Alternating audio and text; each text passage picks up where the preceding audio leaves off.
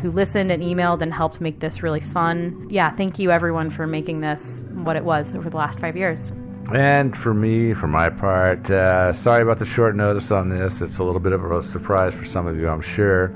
And we're a little sad about this, but try to remember it's not necessarily goodbye forever. We'll still be around, like I said, on social media. And, I've been pondering the possibility of maybe a new podcast or something. I don't know what. So you haven't heard the last of us necessarily. Now, don't delete our podcast from your feed, because if any of us starts a new podcast, well, the first episode or so might show up in our feed someday. And also, I have restarted my Twitter account, which I've had since 2010 and never use. I'm not going to give you my handle because I wanted a new spiffier handle that more fits, the whole thing that we're doing these days. And when I went out and I had several good ideas, every damn one was taken. And I'm really, I know I didn't. And Devin had a wonderful suggestion, which was SkyTrain. And some jerk has taken it, and I'm really kind of angry about that. But anyway... so we will figure out a handle for you, and we'll put it on social media? Yeah. We will, yeah. So we'll get that straightened out. I'll get a handle out to you guys so you can follow me on Twitter, which I know you're dying to do. And I wanted to echo what Devin said about our Facebook mods, who are awesome. And I hope, by the way, are going to stick around for a little while, because our Facebook and all our social media is not going to just go away.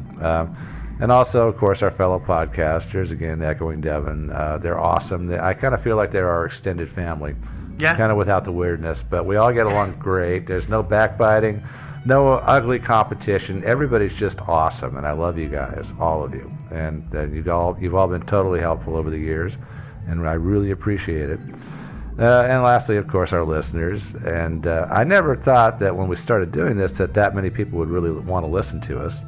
And of course, not nearly enough did, but still quite a few did, so that was kind of cool. We got a ton of messages from people saying stuff like how much they love these weird little stories they'd never heard before, or just, you make my commute to work bearable, or you just give me all these hours of fun and enjoyment and stuff like that. You know what I'm talking about. And these messages have really meant a lot to me, because they made me realize that our podcast, which we kind of started as a lark, our podcast, it does make a lot of people's lives just a little bit better.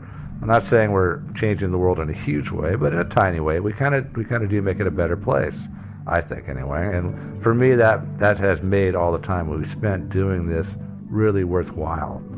And I hope everybody else feels the same about all the time you spent listening to us too. It's been great. Love you guys, and again, we will see you again. Bye. And as a final note, not so much to the listeners, but to you both, thank you so much. It's been amazing to work with you, and I couldn't imagine doing this with anybody other than you two jokers. It's been a weird ride, and at times it's been great, and at times it's been what is going on. It's a bit like being on mushrooms, but hey, it was a lot of fun. So yeah, I couldn't imagine without you two. No. I don't care about you guys at all. So. Yeah, I don't care. I know. Get out of here. Actually, just go. That's kind of been apparent to me for a while now. But, actually, Devin started out with this as just a young woman in her mid-20s, and just watching her grow into a young woman in her late 20s has been really rewarding. Oh my God, we got a Harry and the Hendrixes. Right all right, guys. Well, to you two, thank you. To everybody out there, thank you so much. Yeah, and by the way, just a special thanks to Steve also, because Steve was the guy who really wanted to do something on the internet really bad, and so it was actually kind of his idea to do a podcast. So we got to give him a little extra credit for that, I think. And also, people don't know this. Steve's our editor. He's actually been editing the sound all these years too. Yeah, so thanks for that. We appreciate thank you. that. Yeah. All right, guys. Yeah. Shall we roll this up? Yeah, I guess so. I think so. All right, everybody. It's been good. A couple more episodes coming your way in the feed. I believe there's going to be 5 more bits of unreleased audio that you haven't heard yet before the whole thing closes up shop. So thank you much. Yeah. We really, really appreciate it. And in some form, we'll talk to you again real soon. You'll be hearing from us sooner or later, I think. Yeah. Bye, guys. Bye. Bye. Love you.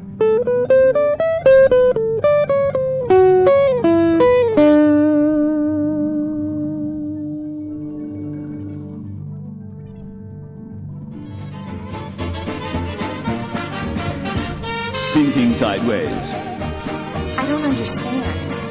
Does not compute. You never know. Insufficient data to formulate a reply. What? Stories of things we simply don't know the answer to.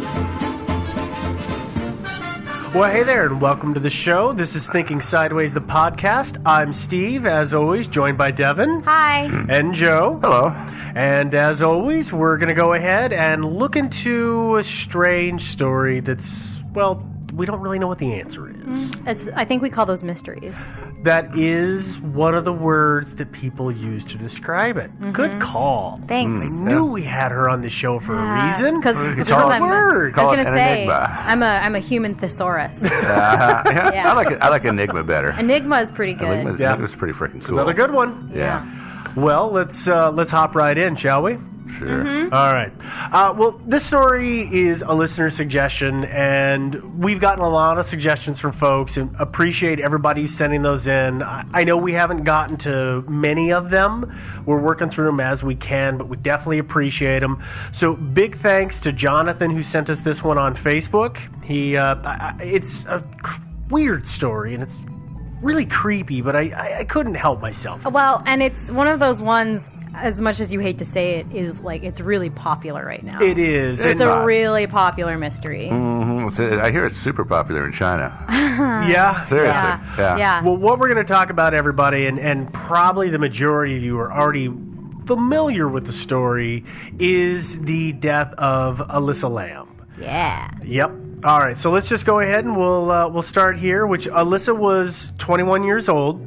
She was Canadian. She was from Vancouver, British Columbia, and she was on vacation in California. She'd been traveling by herself. She had gone to LA. I don't remember what city she stopped in first, but she made her way to LA, and then eventually she was going to make her way on down to Santa Cruz, which is kind of a nice vacation, just hit kind of all the big spots in California. Sounds like a great trip to me.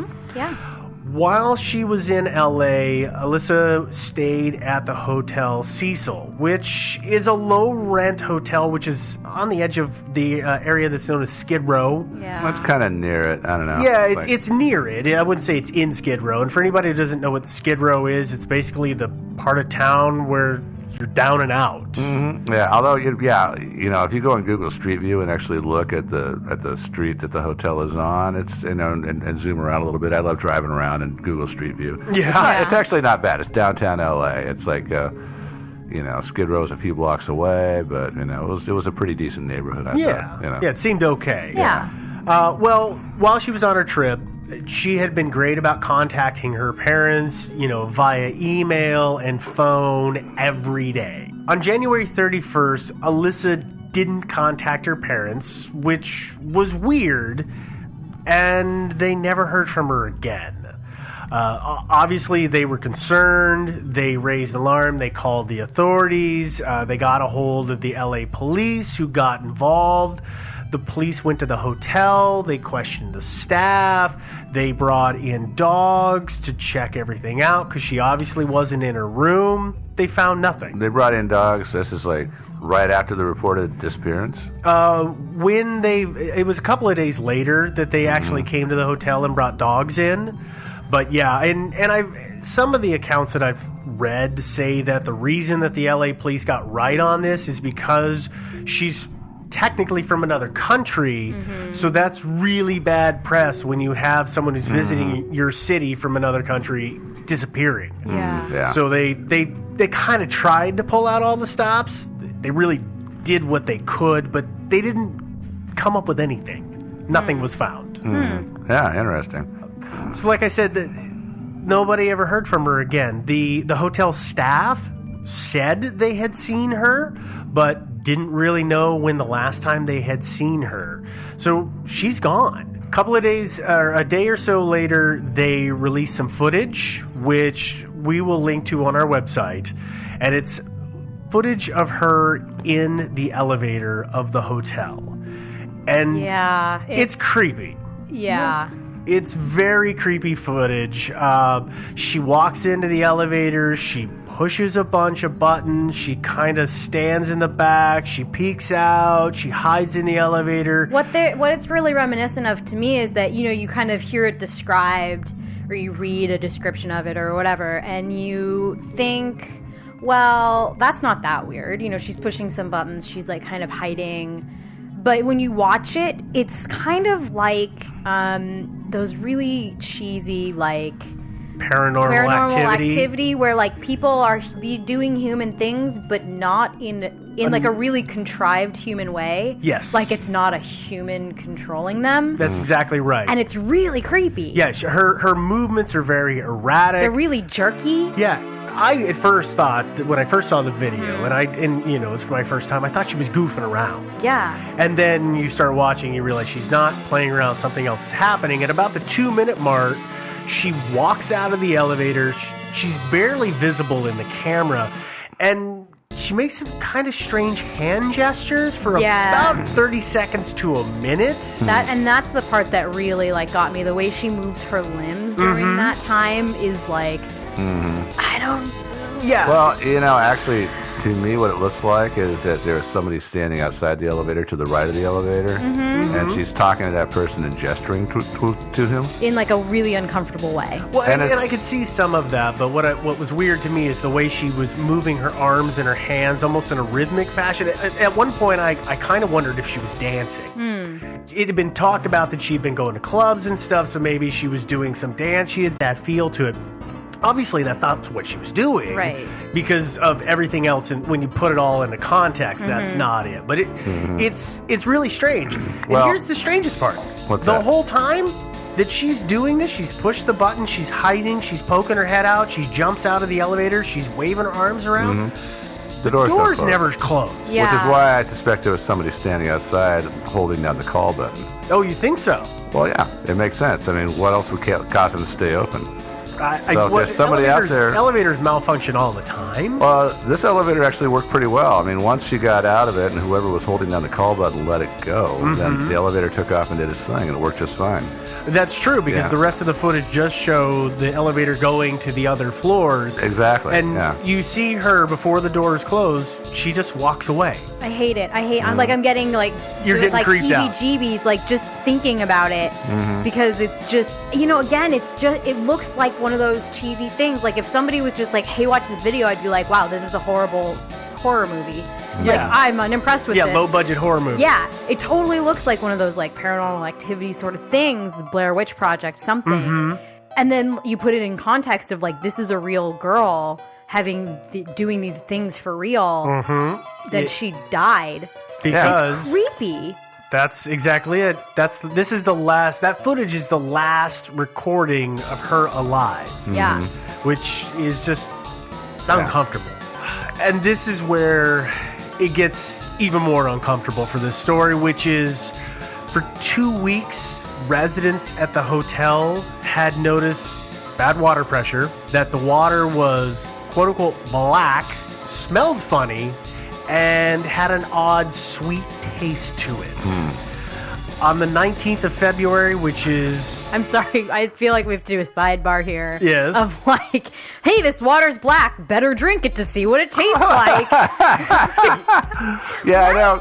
I don't understand why nobody complained. I think they did. In the early accounts, there were people, they did interviews where they were like, we lodged complaints, that it started out tasting kind of funny, and you're just like, oh, maybe it's nothing, and then like it smelled a little funny, and then it got like a gross color, and it got really bad, and that people were kind of lodging complaints this whole time. One of the things about LA is the water there really tastes like crap. It's gross. It is bad. Yeah. It's not good to start with. And so if you've got people like coming in from out of town, they're tourists, and they're saying, hey, the water tastes like crap, you're going to go, hey, dude. Welcome to LA. Yeah, I know. Yeah. And so maybe that was it. No, maybe. But the 19th of February, they finally give in, and the hotel sends a maintenance worker up to the roof to inspect the water tanks that are on the roof. And they have 4 large water tanks up there. They are 4 foot across and 8 foot tall.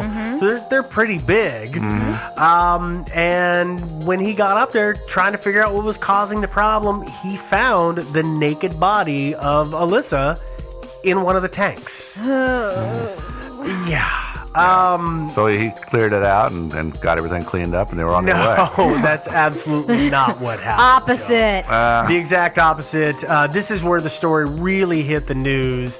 Is, you know, they had to send the fire department up there to cut open the tank and get her out. There was all this stuff about, was there, you know, bad biological particles in the water, which turns out all the chlorine was basically eliminating. Doing its Yeah, it job. was doing its job. Yeah, exactly. I mean, it's still kind of gross when Yeah. you think about it.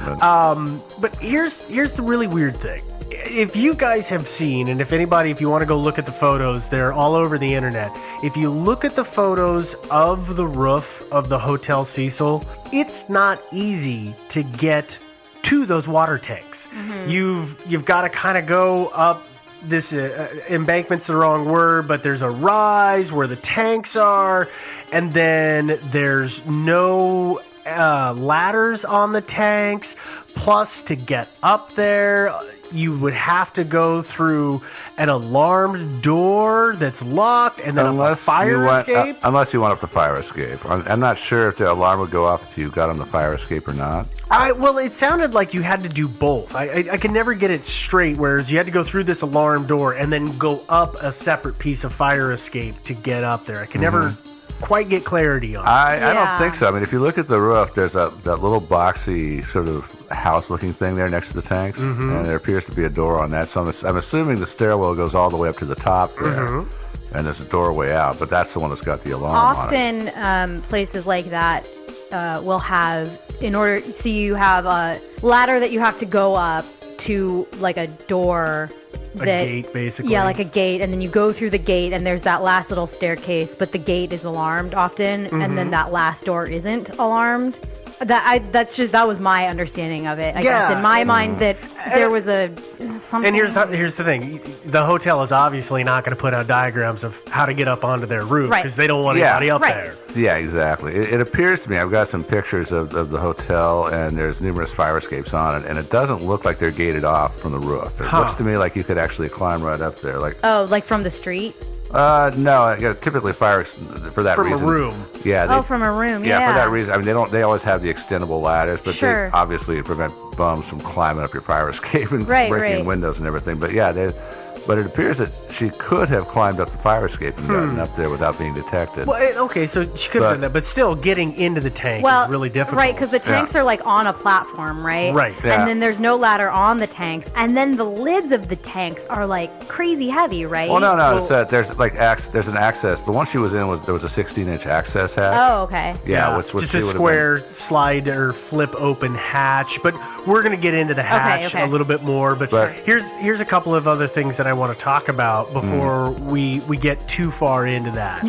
Is that when they got her body out, it showed no obvious signs of trauma, and that's not including post-mortem trauma from bouncing around in a water tank. Sure. And then there's the fact that the autopsy and the toxicology reports showed that she wasn't under the influence of drugs. She evidently wasn't, it doesn't sound like dead before she got in there, because no harm seems to have been done to her prior to her entering the water tank. Yeah, and her lungs were filled with water, so... And did you find that for sure? Because I could never see anything. And I've seen some stuff that said, was there water in her lungs? And they there was water in her lungs, and so that led some people to say she drowned. But at the same time, the coroner said cause of death is unknown, which means that water can get into her lungs just from being in the water for a couple of weeks. And that was the thing is that here's the official cause of death. Yeah. The official cause of death is, though they initially thought it was foul play, they changed it to accidental drowning with mental illness playing a significant role. Gosh, there's so many questions. Oh, I know, and that's exactly right. There's a ton of questions, and I had, when I started researching this, I don't normally do this. Normally, I just kind of work my way through it and log everything. I read this story 2 or 3 times and wrote down about a dozen or two questions that I needed answered. And that's what we're going to go through. We're going to go through my questions this time. That's interesting because for me, when I read this story the first time, I was like, oh, yeah, no, she was on drugs. And then it was like, no toxicology. And I was like, okay, well, yeah, she was mentally ill. And then but I couldn't let it go, I guess, so I just kept reading it. And the more I read, the more questions I had. It's not one of those cases where I find out more information and I'm satisfied. Right. I just have more questions. Well, and there's just so many stinking questions. Yeah, it's one of those frustrating things, like the woman in Norway who was murdered. The only way, the Isdal woman. Yeah, I want to get away from the internet and actually just go to Norway and look at the police files. And same with this. If we could go look at the LA, I would love the coroner report. Yeah, there's one big question I have, which is like the rumor rocketing around the internet is that her clothes were never found. Mm-hmm. But I don't know if that's true because. And we're going to get into that. Yeah. Again, these are things that I've gone through, and I've got my list, and we're gonna check it twice, and we're just gonna go through all of these. Okay. So the first question that I wanted to know was, or based on this whole story and everything about the hotel and all the reports that we'd heard, is why did she stay at the Hotel Cecil? Yeah, good question. Yeah. Because there's so many nicer places to stay in LA. They're so much closer to all the cool tourist attractions. Also cheaper, right? Yeah. There are cheaper places than the or Hotel Cecil. equivalent. Yeah. Yes. But it's not, it's not like it's the cheapest. Mm-hmm. It's also not like it's the nicest for the price point. No. It's... obviously she wasn't familiar with LA. She just she thought downtown LA, I'll be right in the heart of things. But LA is a city unlike most cities. Unlike almost anything. Yeah. Here's the thing is that when you read some of the stuff on the hotel's website, they bill themselves as a European-style hotel that's great for travelers on a budget. Have you noticed something about those guys, by the way? They changed their name. Who? The Hotel Cecil. If you go out, if you do a Google on Hotel Cecil Los Angeles, and a link will come up that says hotelcecil.com. You click on that, and if you look at the URL, it says stayonmain.com, and you look at the logo there, it says Stay on Main Hotel. It's got the same address as the Hotel Cecil, but it says it's stayonmain.com. Yeah. Interesting. Yeah, apparently they're tired of being, branded as, the place where people get murdered and stuff like that. Well, and I'm glad you bring that up because that hotel has quite a checkered past. Yeah. A little bit. All right, so let's run through this. So the hotel was built in the 1920s. And it was going to be this big, opulent, beautiful hotel, and it was immediately outdone by other hotels, plus the neighborhood it was in fell into hard times, and the people that were staying there weren't the nicest group. There were robberies, there were murders, there were people who were this I believe was from the 40s to somewhere in the 60s or 70s. It was notorious for people to go to and jump out the window and commit suicide. Is there, I guess I wonder, while we're talking about this, is there any record of her being kind of like a ghost hunter? Like interested in any kind of like weirdness? Because this seems like the kind of place you would go and stay if you were interested in like places that had kind of sordid past. The things that I could pick up from her Tumblr page, I didn't get that impression at all. Because she did have a Tumblr website that she updated constantly while she was on vacation and put up a lot of stuff, but I never saw anything. There's one famous example of a woman by the name of Pauline Otten, I believe is what her name is. She evidently decided that she had had enough and was gonna end her own life and jumped out the window on October 12th, 1962. Unfortunately, she landed on George Gianni, killed them both. This is one of many suicides that are notorious. There's all these people. A woman, I can't remember her name now, got into a fight with her husband. They obviously had drinking issues. She threw herself out the window. The hotel itself was... This is the best part. Also had some really famous people stay at it. More likely infamous is probably the better word to use. Because there's Richard Ramirez, who was known as the Night Stalker, who raped and killed 13 women in 1985. Oh my gosh. And Jack Underweger, I believe is how you pronounce his name. Unterweger? Yes. Yeah. In 1991, stayed there as well. He also killed. We got some really great people staying here. You know, did you ever stop to think that maybe Elisa Lam was a serial killer? No. We solved the mystery. Dun, dun, Okay. dun. I don't think that's it. Okay, It doesn't all right. work that way.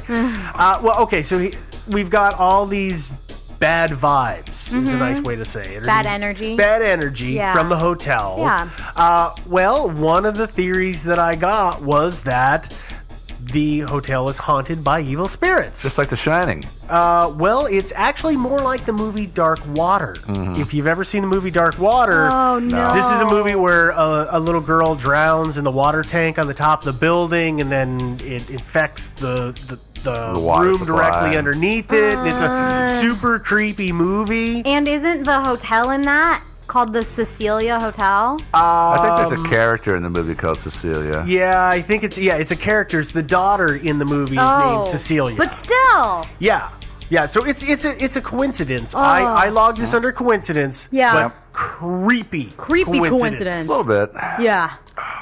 So we've got that creepy fact. Yeah, fun and games here, ladies and gentlemen.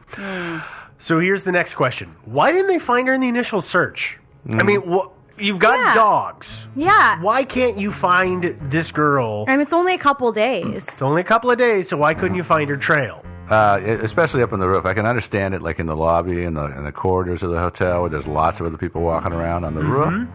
But one possible theory is that the search took place when? It would have been a couple of days later, so I think on the 31st maybe, or the first of I'm guessing February 1st, because that's when they released the photo, or the footage from her being in the elevator. Yeah. So, I mean, who knows? Maybe her body was not yet in the water tank at that time. Maybe, but at that time, it was really cold and windy out, which... The way a dog's nose works is it follows what they call a scent cone. So you leave a trail of scent and it spreads out behind you, but if it's really windy, gets blown away, the scent is harder to pick up. Yeah, I could see that. And so that's the reasoning that I've seen from a lot of places that say why they didn't track her. They were on the roof. The police dogs were on the roof the first time they looked for her, and they didn't find her path. Right. Which, again, leads to some questions of, well, did she walk? Was she carried? What's the deal? But again, I don't know. Maybe she hadn't made it to the roof by that point in time. Yeah, you could be right. She might have been holed up somewhere else, but that's weird. I'm just going to say that right now. Okay, well, she's not in the water tank. That's weird that she's not in a room and she's somewhere else, and then somebody brings her back and coerces her or stuffs her into the water tank? That's a lot of work and very unusual. No, I don't get it. I mean, and wrestling somebody into a water tank and a roof would be a tricky thing to do. Especially when it's a 16-inch hole that you're pushing them through and trying not to, and you manage to do it without banging them up. Well, exactly, because she wasn't all marked up. She would have been Super marked up. Yeah, sure. or at least somewhat marked up. Yeah. So I don't know. That's weird. The next question. Yeah. What is up with the elevator footage? What do you mean? Oh, yeah. What is going on there is what I'm saying, because it's just like we said before, it's so weird and it's so creepy to watch her movements and the way she's acting when she's in there. And this is not nice, and I will say this up front, ladies and gentlemen, this was my first initial reaction when I saw the footage when it first broke. This is before any of the reports came back. I think you might have said the same thing. I think I showed it to you, actually. Yeah, well, I thought, and I think I told you, it's like, she's on drugs. She's on drugs. That girl's high. Yeah. That's totally what's going on. I think that was actually, I think that's the exact conversation we had. Yeah, she maybe was having a manic episode, too. Yeah, it's so weird, and then when we got the toxicology report back to say there's nothing in her system, there's no drugs, no alcohol, nothing that they can detect in her system. Yeah, which so obviously not high on drugs, but maybe having a manic episode. Yeah. Now, I know you, Joe, and I had briefly talked about this, is I still don't understand why the elevator doors never closed. Yeah. And you had a theory on that. Yeah, I mean, I suspect that there was probably somebody standing outside in the corridor, out of view of the camera, who was holding down the call button, which would cause the doors to remain open. Yeah. And you see when she pops out of the elevator, comes out of the elevator, and she's sort of talking and gesticulating towards the right side of the towards the frame. right side of the elevator. It looks like she's talking to a person. And interestingly enough, you never see that person. He never so much as reaches his hand around to hold that door shut. Instead, he uses the button to do it, which leads me to believe he was, if this person existed, was aware of the existence of that security camera. He or she, yeah. He or she, yeah. And also, interestingly, there's no other security camera footage anywhere in that hotel. Apparently, they only had security footage in this elevator. Right. And nowhere else. Which is kind of strange. You would think if they would have more than one security camera. You For would sure, think. yeah. Yeah, but apparently. Most places do. Yeah. Last hotel I stayed in, they were every 50 feet or whatever in the ceiling. Yeah, I saw yet another whiff of an internet rumor, a quote from some guy who worked there as a security guard. He said that most of the security cameras just didn't work. And they were for show? And he had he had some other scathing things to say about security in the place. Oh. But anyway, so it makes me wonder if there wasn't somebody else out there. Well, because what else would have made those doors stay open? Well, and here's the thing I wondered about is when you watch her get into the elevator the first time, and she bends over and she looks at the buttons, and she punches a bunch of buttons at once. Mm-hmm. So I wonder if she hit the door button to open the doors, which would delay them from closing. Yeah. And then she walks out of the elevator, and then she walks back in, and she does it again. It's but they stay open for much longer than you would expect. Well, yeah, then you wouldn't. It wouldn't that. be from just pushing that button. The way those the open door elevator buttons work is you hold them down. Mm-hmm. You don't just push them and they open for a set amount of time. You gotta hold them down. At least in my experience with elevators, right? True. You hold it, and I guess it's possible that she could have hit the emergency button, The emergency stop? Yeah, wouldn't that set off an alarm? Yeah, I was Yeah, gonna say, that it would set would've. off an alarm. Here's the other thing is whenever you see the photos of her, she's wearing glasses. Yeah. She has no glasses on when she's in the elevator, which, and this became kind of a sticking point for me because when you watch the footage, she clearly bends over and gets her face really close to that panel, like she's having a hard time seeing. So I almost wondered if when she was outside of the elevator and she's waving her hands, I almost wonder if she can't really see where she is and she's in a weird method trying to feel around. I gotta be honest with you, all the pictures I've seen of her, yes, she's wearing glasses, but they don't look like they're particularly thick. Not a strong It's not prescription. like she's literally bat blind. She, I could be wrong because you can't technically tell. Yeah. But it's not like she's got giant eyes or bottle cap lenses. They just look like a small prescription. yeah, or a medium prescription. Yeah. That she would be able to find a wall. Yeah. Oh, yeah, and she'd be able to see the button. Sure. Well, and again, I don't know. Yeah. These are just I've got to wonder Right. if maybe that's what's going on. Here's the next one, and I know we've already briefly talked about this. Is how did she get on that roof? Yeah. Okay, well, Yeah. you guys have both said that it looks like it's possible that she could have got there via the fire escape. Yeah. The door itself from the inside of the hotel, like I said before, was alarmed. Yeah. And there was no record of the alarm having been set or set off, which means that theoretically either she didn't go through that door or somebody with access went through the door ahead of time or with her. Yeah. I mean, it's weird overall. I know we've talked about, it's a small opening to